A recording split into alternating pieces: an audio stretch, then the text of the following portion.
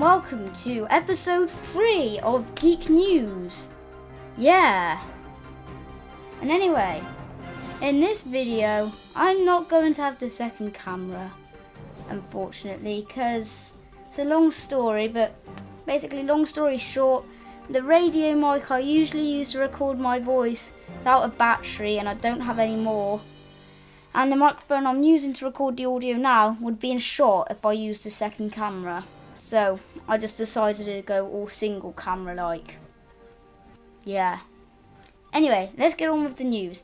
It's been a while since I did my last episode of Geek News because I'm lazy. But yeah, a lot has happened. A lot has happened since my last episode. I mean, iOS 4 has been released, the iPad has been released, the iPhone 4 was announced and then released. I mean, come on, I've been very lazy and missed a lot. So, let's get started. Now, I'm going to start with iOS 4 because it's the only thing I have personal experience of because I downloaded it on my iPhone 3GS. Now, all of the features that I talked about last episode were pretty much correct apart from the models it worked on, because it turns out it doesn't work on iPod's touches like everybody thought it did. Yeah. Or at least I don't think it does. Now, I mentioned all the features in my last episode, so if you haven't seen that, you should go and watch it. There should be a link somewhere next to my head. I don't know where, somewhere around here. Anyway, I've got my iPhone right here, ready to show you it. Now, as you can see, you've got the wallpapers now. Yeah, and you've also got the features like being able to zoom in on the camera when you're taking a picture and be able to refocus whilst recording video, which is pretty darn cool, man.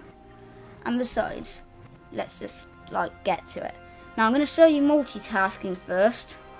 So let me just open up Safari and you can see my websites there, geek55.com. Go there now or else. Now if I double press the home button, select iBooks, there you can see I've got my books there. They're both freebies because I'm cheap. Double press the home button to make this appear at the bottom, and I just press Safari along the end here and it will launch back into Safari. Now, not all apps are compatible with multitasking, but pretty much all of the Apple ones are, and basically everyone that comes with the iPhone. Yeah. And anyway, let's get on to the new camera features now. I'm going to show a clip now to show the refocusing whilst video recording and see if I can do some pull focus with it. Let's see what happens.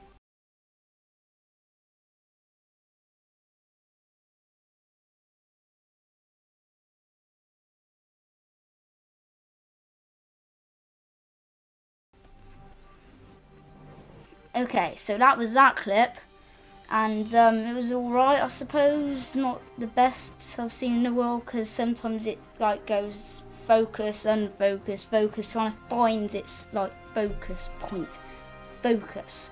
And anyway, now let's do the zooming thing. Now I'm not expecting this to look very nice because it's digital zoom, and digital zoom is absolutely horrible. No offense to people whose cameras only do digital zoom, but it thoroughly sucks. So yeah, there was that picture and it looked kind of nasty. Okay, now let's get on with something else. Now, the iPad's been released as well. Anyway, I've said about all the details and they were all pretty much the same as what I mentioned before in my previous video. Again, if you haven't seen my previous video, go watch it so you can understand what I'm talking about and stuff. Yeah, and there's not much to talk about the iPad's release, much to speak of.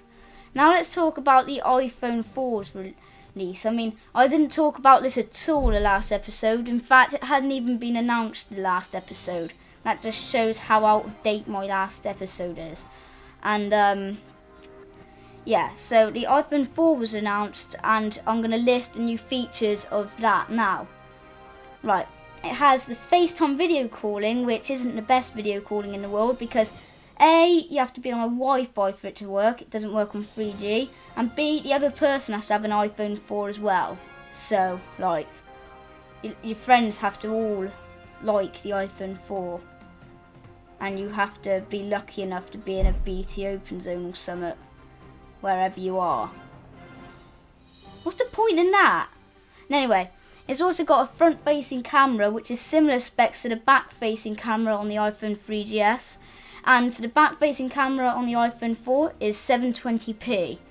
But 720p isn't everything though, because like resolution isn't the only thing that makes a good camera. Because for example, my camera isn't 720p or anything, but it'd probably be better than the iPhone 4's built-in camera, because it's just much better at focusing, zooming, getting everything. Yeah. Let's talk about the other features of it. It's got Apple's new A4 chip, which is in the iPad. Yeah. It's running iOS 4, as you can probably expect, and has all of the features of that, as you also probably expect, because they wouldn't release a new phone if it wasn't compatible with the stuff the old phones could do. And yeah, there's not much to speak of about the iPhone 4, apart from the fact that it has a completely new design, completely different. It's more boxy. It has an aluminium. Wait, no, it's not aluminium, is it? It's steel. It has a steel rim around the outside, which is also the antenna. Whoop-de-doo. And that's all I can really speak of about the new iPhone.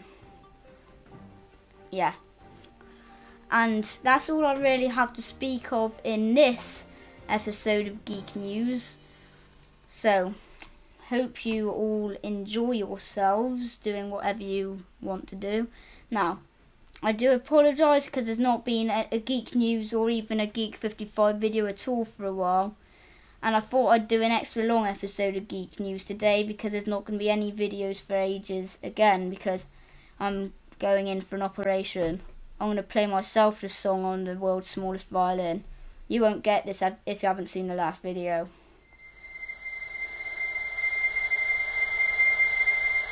Goodbye.